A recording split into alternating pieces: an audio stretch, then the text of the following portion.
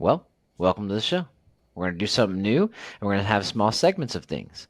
One of the first things, and one of the things that's going to continue, is our NFL Weekly Rundown. Yeah, this is always one of my favorite segments, and now we decided to make it kind of a short clip for everybody to see. This is where we're going to break down each of the games in a quick, brief little sentence and just kind of give you a synopsis of what happened.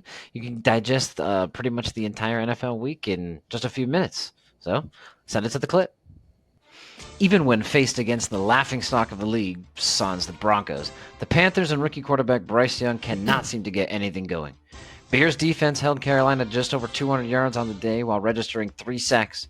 Tyson Bagent moves to 2-2 in his young NFL career and accounts for 2 of the 3 wins this season for the Bears. Deontay Foreman handles a majority of the workload as Chicago takes it 16-13. Langweilig Spiel. So happy this game was over by the time Church got out because absolutely nobody wanted to see this atrocity. Colts take on the Pats in Germany and deliver an absolute snoozer. The Patriots rushed for 167 yards and allowed only 10 points, but they lost. There have been 266 consecutive wins in the NFL when rushing for 150 or more and allowing 10 or less points. This being the first loss. I think it may be time for Bill to call it quits. Colts win 10-6. I guess there was a game in Germany? In what seemed like a must-win for a playoff-aspiring Bengals team, it was the visiting Texans who had other plans. C.J. Stroud keeps showing his tenacity and star power each week on the field. The Southern California kid went to Cincy this week and led his team to a big win, including a 55-yard drive to set up the game-winning field goal. Burrow's Bengals cannot keep dropping games if they want any shot in the playoff race. Texans grabbed the wildcard spot with this win, 30-27. Josh Dobbs is now 2-0 under center in Minnesota. After he was able to get a full week of practice in, Dobbs led the Vikings to another impressive win over our top 5 Saints defense. Dobbs throws for 268 yards and a touchdown and rushes for another 44 and a score. Mini looks to have themselves a nice backup to Kirk. Maybe they even move forward with him. We'll save that for another day.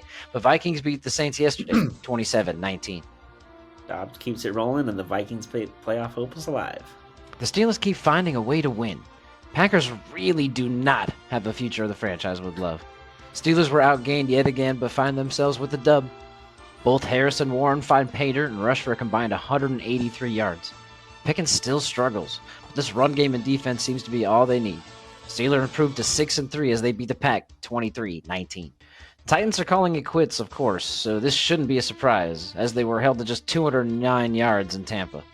Mayfield tosses 2 touchdowns, one being to Mike Evans, who went off for 143 yards also. Neither team doing much towards the postseason. The Bucs take this one, 20-6. This was a game of 2 mediocre teams, yeah, if you ask me. Not how I thought this would go, but looking back, it makes sense. Niners came prepared for this one and showed everyone why they should still be considered Super Bowl favorites. McCaffrey's end zone streak comes to an end at 17, but almost everyone else on the Niners scored yesterday. Jags looked extremely overwhelmed as they were the first to see the Bosa-Young combo in the NFL, and it did not disappoint. Niners cruised to an easy one, 34-3. The battle of the AFC North gets even tighter after this weekend. The Browns travel to Baltimore to take on the Ravens in a game that lived up to the hype. These 2 powerhouses went back and forth all game until a late pick 6 for the Browns put them on striking distance with 8 minutes left, down 1. A quick stop and a lengthy drive for a game-winning field goal resulted in the Browns walking away with a victory, 33-31. Game of the weekend for sure. Kyler seems interested in playing. Oh, now that the Cards are in position to have a high draft pick, he's getting nervous about being replaced. In his first game back, he leads a game-winning drive for a field goal with about 2 minutes to play. Cards now moved to 2-8 instead of 1-9 I was hoping for. Falcons are in a tough spot right now with no franchise quarterback and seem to be second-guessing going all in on Desmond Ridder. Cardinals win this one 25-23. In what was the highest scoring game of the weekend, the Bolts and Lions battled it out in LA, and now the 7-2 Lions take this nail-biter in the end. Goff and Herbert combined for 656 yards and 6 touchdowns. This back-and-forth affair really showed us that the Lions are legitimately good and should be considered a top NFC team. Chargers did what they always do, lose at the end. Lions kick the game-winning field goal with 2 seconds left and win it 41-38. Lions could win the NFC North, maybe even more. The Cowboys were licking their chops at this matchup. After the beatdown they put on them in Week 1, the Cowboys did something historic yesterday. Boys outgained the Giants by 468 yards, the largest margin of victory in franchise history, after racking up 640 and only allowing 172. Cowboys can't get any more freebies from New York this season. Take the season series 2-0 while outscoring them 89-17. Cowboys win this one 49-17. Both Sam Howell and Geno Smith looked fantastic yesterday. Seahawks hold the Commanders to 68 rushing yards, as Sam Howell has to do it all, like always.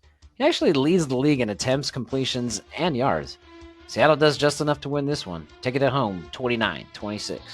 Jason McIntyre was in the end zone, having a party in Vegas supporting his Jets. The game was nap material, but did get interesting late.